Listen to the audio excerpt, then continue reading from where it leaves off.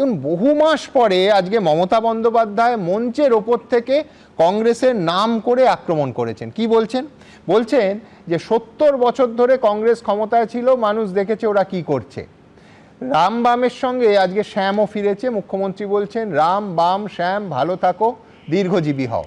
আমি জানি না মহসাম বেনজির নূরের দলবদলের জন্য কংগ্রেসের কথা মুখ্যমন্ত্রীর আজকে মনে পড়লো কি না, কিন্তু কথা হলো, সত্যিই যদি সুপ্রিম কোর্টে এসআইআর নিয়ে সওয়ালে আলোড়ন ফেলতে পারেন মমতা বন্দ্যোপাধ্যায়, তাহলে অবশ্যই অভিষেক বন্দ্যোপাধ্যায় এবং তৃণমূল কংগ্রেসের প্রত্যেক নেতা প্রত্যেক জনসভায় আরও জ্বলে বলবেন যে বিহারে রাহুল গান্ধী পারেননি, কিন্তু বাংলায় মমতা বন্দ্যোপাধ্যায় করে দেখিয়ে দিলেন। প্রায় সেরকম আজকে বলেইছে দেবাংশু। আমার পরের বক্তা সুমনের কাছে যাব, যে কংগ্রেসের কিন্তু সেই দিক থেকে কি বলবে, শিরে সংক্রান্তি। আপনি যখন মৌসম বেনাজির নূরের কথা বললেন, তাহলে আমি আমার রাজ্য সভাপতি শুভঙ্কর সরকারকে কোট করে শুরু করছি। এতদিন আমাদের জালনা খোলা ছিল, এবার আমরা দরজা খুলে দিয়েছি। কিছু ব্যথা, কিছু বেদনা এগুলো থাকবে, এগুলো নিয়ে ভাবনা চিন্তা করে লাভ নেই। বিষয়টা কি জানেন তো, বিষয়টা হচ্ছে প্রথমে প্রতিবেদনে দেখছিলাম যে ওই কে কার লেটার হেডে চিঠি দিতে পারে, এটা ইমমেটেরিয়াল কথা। কারণ শুভেন্দু অধিকারী এলওপির লেটার হেডে যদি মাইক্রো অবজারভার নিয়োগ করার জন্য চিঠি দিতে পারেন, বাংলার মুখ্যমন্ত্রীও চিঠি দিতে পারেন, সেইটা বিষয় না। বিষয়টা হচ্ছে এই যে উনি বলছেন আমি সুপ্রিম কোর্টে যাব, এর আগে মহুয়া মৈত্র, তারপর রাজ্য সরকারকে গেছেন, অলরেডি গেছে, কিন্তু না গেছেন করেছিলেন বিভিন্ন রাজ্যে। সুপ্রিম কোর্ট খুলছে, সামনেই নিশ্চয়ই ডেট থাকবে। ঠিক আছে, খুলুক না, আগে আজ রাতে তো খুলছে না। বিষয়টা হচ্ছে এই যে মহুয়া মৈত্র কে আগে পাঠিয়েছিলেন, রাজ্য সরকারকে পার্টি করে দিয়েছিলেন। আমরা একটা কথা ওনাকে বারবার বলেছিলাম, যেটা এমকে স্ট্যালিন তামিলনাড়ুতে করেছে, আপনি সর্বদলীয় বৈঠক ডাকুন, বৈঠক ডেকে সব রাজনৈতিক দল যারা এসআইআর এর প্রক্রিয়ার বিরোধী, একটা কথা পরিষ্কারভাবে জানতে হবে, জাতীয় কংগ্রেস এবং রাজ্য কংগ্রেস এসআইআর এর বিরোধী নয়।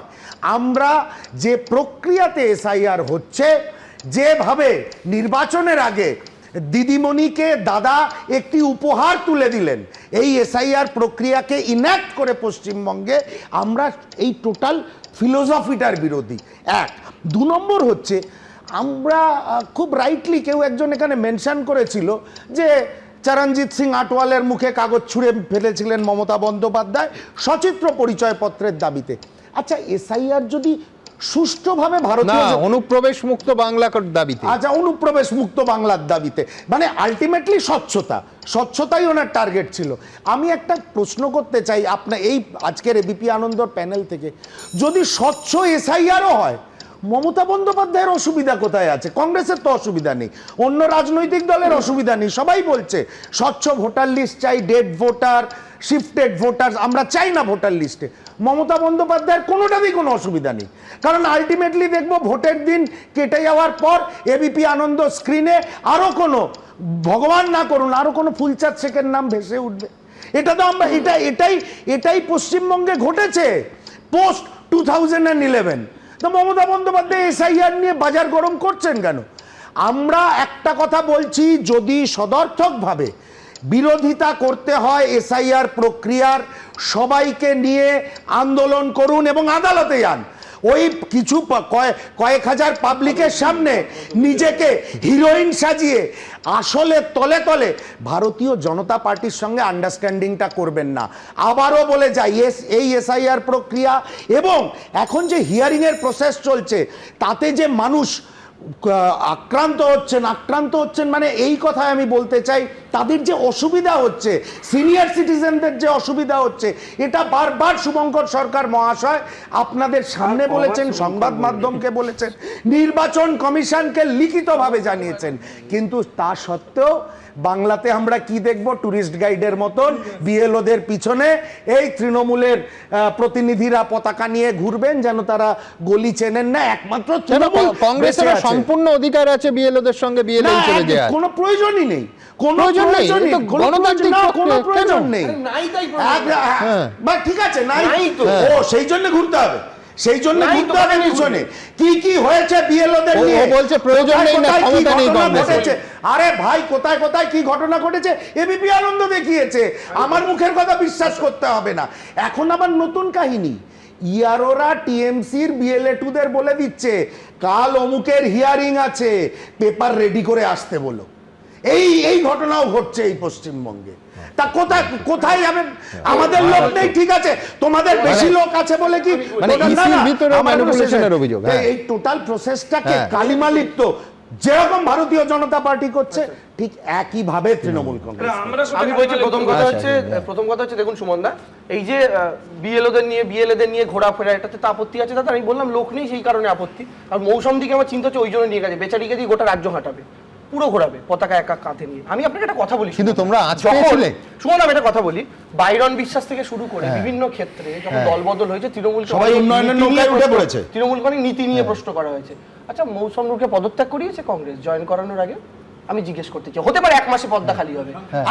আজ এরকম হতে পারে, আজ রাতে তুমি জানতে পারবে পদত্যাগ করেছে কিনা রাজ্য আচ্ছা, সভা। 10 দিন রেখে দিয়েছি। না, কেন 10 দিন আমি রেখে বলছি দেবে? সুমনদা, জয়েনিং কবে হয়েছে? জয়েনিং অসত্য কথা বলো না। জয়েনিং কবে হয়েছে? কবে জয়েনিং হয়েছে? হয়েছে তো 1 থেকে 2 দিন আগে হয়েছে তো, হয়েছে। আমি ওটাই বলছি, আজকে ফার্স্ট ওয়ার্কিং ডে, তারপরে ওয়েলকাম আজকে করাবে ফার্স্ট তো, ওয়ার্কিং এখনো ডে। কি করেন না এটা জিজ্ঞেস অবশ্যই করলাম। রাজ্যসভাতে পদত্যাগ আচ্ছা, করবেন এবং তোমাদের Thank you, দলীয় thank you, thank কোনো you। পদ আরে, আমি বলছি খুব শার্পলি দেবাংশু প্রশ্ন করেছে, কিন্তু তৃণমূল যাদের নেয় তাদের ক্ষেত্রেও এই নৈতিকতার মানদণ্ডটা যদি থাকে, এখানে কারুর কোনো প্রশ্ন করার অবকাশ থাকে না। আমি একটা লাইন যেটা আমার বলা হয়নি, আমি যে সুমনদার গোটা বক্তব্যটা যখন আপনারা রিপিটে চালাবেন বা ক্লিপ ছাড়বেন, একদম শুরুর পরিচয় দেওয়া আপনার এবং শেষে তৃণমূল বিজেপি একসাথে উচ্চারণ করা বাদ দিয়ে আপনি শুনুন তো, পুরো শঙ্কুদেব পণ্ডার বক্তব্যের সাথে কোনো তফাৎ আছে কিনা? যে যে point BJP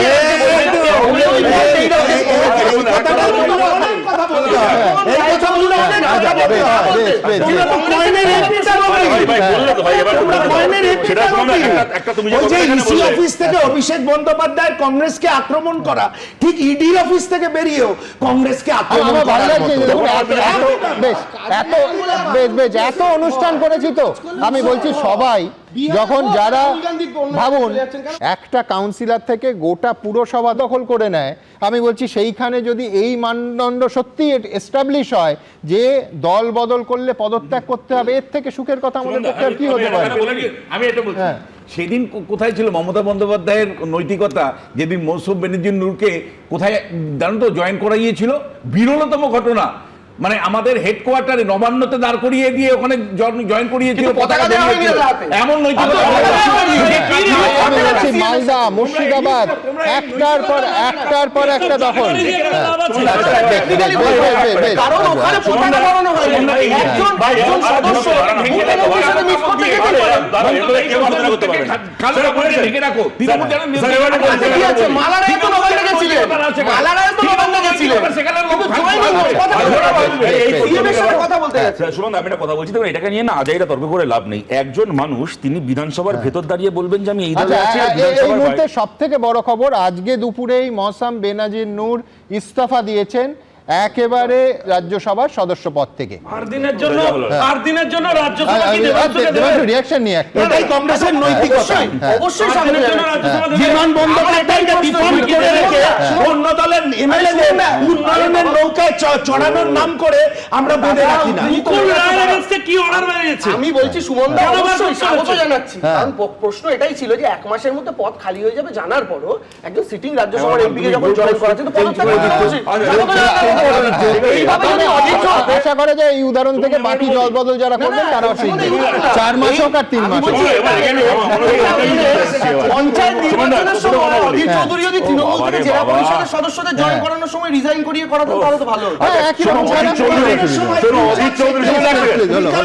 Ajit Chowdhury resign করাননি, শিশির অধিকারীকে বিজেপি রিজাইন করায়নি। এই যে রিজাইন না করিয়েও জয়েন করানো যায়, এর আবিষ্কারকর্তাকে একজন মানুষ তিনি বিধানসভার ভেতর বলবেন যে আমি এই দলে আছি, আর বিধানসভার বাইরে অন্য দলের হয়ে মিটিং মিছিল করবেন, এই রাজনীতির আবিষ্কারকর্তাকে এই ভারতবর্ষে। সুতরাং তবে এইটুকু দাবি করছি যে এই যে 8 দিনের জন্য তৃণমূলের একটা রাজ্যসভার এমপি পোস্ট খালি হলো তৃণমূলের, এই 8 দিনের জন্য অন্ততপক্ষে দেবাংশুকে রাজ্যসভার এমপি করা সতেরো, হোক। তুমি কিন্তু ভাবতে পারো, ও যেটাকে টাইম নিয়ে- লাইনের কথা বললো না, সঠিকভাবেই বলছে। মৌসুম বেনাজির তো আর বেশি দিন নেই, বা এই সংসদ পদ হিসেবে বেশি দিন ছিল না। আমার বক্তব্য, আজকেও যারা বিজেপি থেকে তৃণমূলে গেছেন, তারা তো আজও তো আজ ভোটের নতুন বিধানসভা গঠন হতে কমাস সে তো দেরি, ভোটারে দেখো, তাদের শুনুন না। একজনও আরে বলছি ধরো মুকুল যারা রায়ের ক্ষেত্রে, বিজেপি হিসেবে নির্বাচিত হয়েছেন, তৃণমূল হিসেবে প্রায় গোটা টার্ম থাকলেন, আজকে তারা একজনও পদত্যাগ Exactly, করেছেন, দেখো, এমনকি মুকুল রায়কেও হাইকোর্টের নির্দেশে হাইকোর্টের নির্দেশে মুকুল রায়ের ব্যাপারে কোর্ট রায়টা দেওয়ার পরে তারপরে তো তৃণমূল বলতে কৃষ্ণ কল্যাণী থেকে বাকিটা পদত্যাগটা করুক।